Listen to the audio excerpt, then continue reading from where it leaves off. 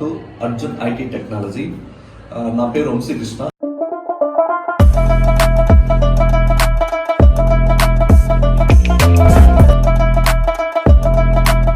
Everyone, ఈ వీడియోలో మనం బ్యాక్ డోర్ కష్టాల గురించి తెలుసుకుందాం. ఎందుకు అనంటే చాలామంది మనీ కట్టి జాబ్ తెచ్చుకుంటున్నారు. ఇలా మనీ కట్టి జాబ్ తెచ్చుకునే వాళ్ళని మనం బ్యాక్ డోర్ పర్సన్స్ అంటాం. కాబట్టి ఇప్పుడు బ్యాక్ డోర్ వాళ్ళు చాలా కష్టాలు ఫేస్ చేస్తున్నారు. ఎందుకంటే వాళ్ళకి చాలా లెస్ సక్సెస్ రేట్ ఉంటుంది. ఇక్కడ చాలామంది జాబ్ ఆఫర్ చేస్తున్నారు వితౌట్ ఇంటర్వ్యూ లేకుండా మీరు 3.5 lakhs పే చేస్తే 4 lakhs ఆర్ 5 lakhs పే చేస్తే మీకు 10.5 ఇస్తాము, 12.5 ఇస్తాము అని చెప్పేసి వాళ్ళ దగ్గర మనీ తీసుకొని జాబ్ ఇప్పిస్తున్నారు. కానీ ప్రాబ్లం ఏంటంటే జాబ్ అనేది వితౌట్ సబ్జెక్ట్ లేకుండా మీరు లోపలికి వెళ్ళినా కూడా 2 ఆర్ 3 months కంటే ఎక్కువ సర్వే అయిపోతున్నారు. డిపెండింగ్గా మీ స్కిల్స్ని బట్టి మీరు లోపల ఉంటుంది.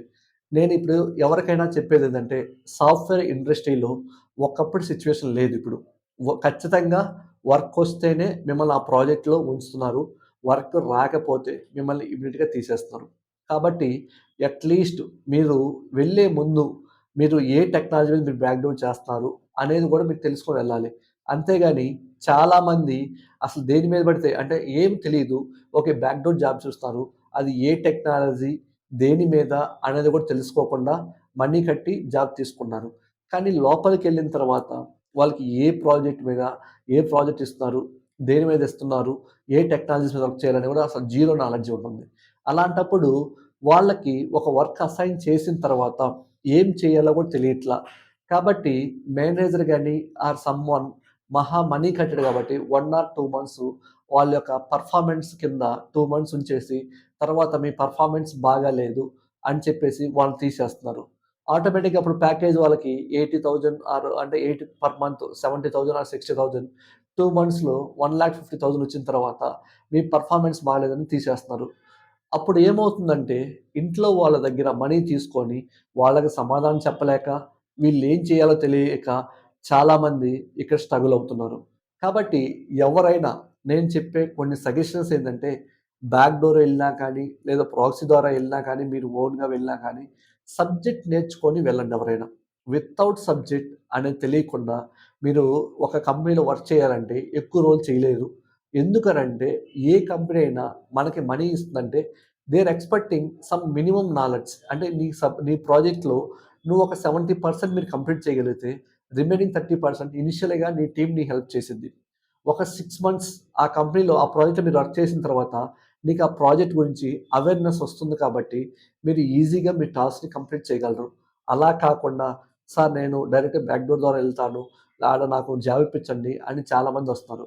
కాబట్టి ఎవరైనా బ్యాక్ డోర్ అనే ఇంటెన్షన్ కంటే కూడా మీరు అక్కడికంటే 3.5 లక్షల బదులు ఆ 2.5 లక్షల బదులు ఆ మనీ అనేది మీ దగ్గర ఉంచుకొని మీరు నెల నెల సబ్జెక్ట్ నేర్చుకొని మీరు ఓన్‌గా జాబ్ కొట్టడానికి ట్రై చేయండి. This is the best way అండి. ఎందుకంటే మీరు లోపలికెళ్ళిన తర్వాత ఆ కంపెనీస్ అన్నీ ఇప్పుడు అజైల్ మెథడాలజీ ఫాలో అవుతున్నాయి. అంటే అజైల్ మెథడాలజీ మనకి 2 వీక్స్. ఆ 2 వీక్స్‌లో మీకు ఒక టాస్క్ అసైన్ చేస్తారు. ఆ టాస్కు మీరు 2 వీక్స్‌లో కంప్లీట్ చేయాలి. ఒకవేళ చేయకపోతే బ్యాక్ డోర్ అనేది ఎక్స్‌పీరియన్స్ మీద ఇస్తున్నారు కాబట్టి నువ్వు ఎందుకు చేయలేదు అనేది నేను క్వెషన్ చేస్తాను. ఆ క్వెషన్‌కి కూడా మనం ఆన్సర్ చెప్పగలిగే కేపబిలిటీ మన దగ్గర ఉంటల్ల. ఎస్పెషల్లీ కమ్యూనికేషన్ రాని వాళ్ళు కూడా బ్యాక్ డోర్ అని మనీ కట్టి జాబ్ చేయగలుగుతారు. నేను చెప్పేదేంటంటే అస్సలు కమ్యూనికేషన్ లేని వాళ్ళు బ్యాక్ డోర్ అసలు వెళ్ళొద్దండి. ఖచ్చితంగా నేను చెప్తా, అసలు బ్యాక్ డోర్ అనేది రిఫర్ చేయొద్దు. ప్లీజ్ టైం వేస్ట్ అయినా పర్లేదు. మీరు సబ్జెక్ట్ నేర్చుకొని మీ ఓన్‌గా జాబ్ కొట్టడానికి ట్రై చేయండి. ఎందుకంటే అట్‌లీస్ట్ మీరు కమ్యూనికేషన్‌ని 100% రానవసరం లేదు. జస్ట్ మీరు వాళ్ళు అడిగిన క్వెషన్‌కి ఆన్సర్ చేయి రిప్లై ఇవ్వగలిగితే సరిపోతుంది అంతే. వాళ్ళు అడిగిన క్వెషన్ మనం అర్థం చేసుకొని మీరు దానికి రిప్లై ఇవ్వగలిగితే చాలు. మీరు ఆటోమేటిక్‌గా సాఫ్ట్‌వేర్‌లో సక్సెస్ అయిపోయినట్టే. అంతేగాని మనకి ఏమి తెలియకుండా మనీ కట్టాం కదా! ఓకే, మనం సంవత్సరం ఉండొచ్చు, 2 ఇయర్స్ ఉండొచ్చు అంటే ఇప్పుడు అస్సలు లేదు. కాబట్టి ఎవరైనా అది సబ్జెక్ట్ వచ్చిన వాళ్ళైనా, రాని వాళ్ళైనా మీరు ఇంకా ఏం నేర్చుకోవాలి. సాఫ్ట్‌వేర్ అనేది మీరు ఎవ్రీడే లెర్నింగ్ చేస్తూనే ఉండాలి. అలా కాకుండా నేను అప్పుడు చదివాను కదా! ఈరోజు కంటిన్యూ అవ్వచ్చంటే లేదండి. కాబట్టి మీరు బ్యాక్ డోర్ అనేవాళ్ళు ఖచ్చితంగా సబ్జెక్ట్ నేర్చుకొని మీరు లోపలికెళ్తే ఓకే. మీ దగ్గర సబ్జెక్ట్ ఉంది. జాబ్ రాట్లేదు అనుకున్నప్పుడు దానివే ఒక అప్రోచ్ ఎళ్ళటం ఓకే. అంతేగాని అసలు ఏ టెక్నాలజీస్ అని కూడా తెలియకుండా మనీ కట్టేసి లోపలికెళ్తున్నారు. అలా అసలు చేయొద్దండి. ఎందుకంటే మీరు మనీ కడతారు. ఒక్కసారి మనం మనీ వాళ్ళ చేతిలోకి ఇచ్చిన తర్వాత తిరిగనేది రాదు. కాబట్టి జాబ్‌కి మీరు వెళ్ళే ముందు ఒకటికి 10 సార్లు ఆలోచించుకొని ఓకే. నేను లోపల ఏం చేయగాలి? ఏం చేయకూడదో ఆలోచించుకోండి. బెస్ట్ ఎగ్జాంపుల్ ఏంటంటే ఒక చిన్న ఎగ్జాంపుల్ చెప్తాను వినండి మీరు. నేను ఒక ఇల్లు కట్టాలనుకుంటున్నాను. వచ్చిన మనిషికి ఆ బిల్డింగ్ ఎలా కట్టాలో తెలియకపోతే మనమైనా ఎన్ని రోజులు ఉంచుకుంటాం చెప్పండి? వాళ్ళు one day or 1 week or 2 weeks చూస్తాము. తన నుంచి ఏ ప్రోగ్రెస్ లేకపోతే మనమే తీసేస్తాం. అలాంటిది ఒక కంపెనీ మన మీద అంత అమౌంట్ 80,000, 90,000 పర్ మంత్ ఇన్వెస్ట్ చేస్తున్నప్పుడు వాళ్ళు మీ నుంచి ఎంత ఎక్స్‌పెక్ట్ చేస్తారో మీరు దాని గురించి ఆలోచించి బ్యాక్ డోర్ గాని, ఈ ప్రాక్సీలు గాని చేపించుకొని లోపలికెళ్ళండి. అలా లేదు అనుకున్నప్పుడు మీరు 6 నెలలు వేస్ట్ అయినా, సంవత్సరం వేస్ట్ అయినా ఒక్క సబ్జెక్ట్ సెలెక్ట్ చేసుకోండి.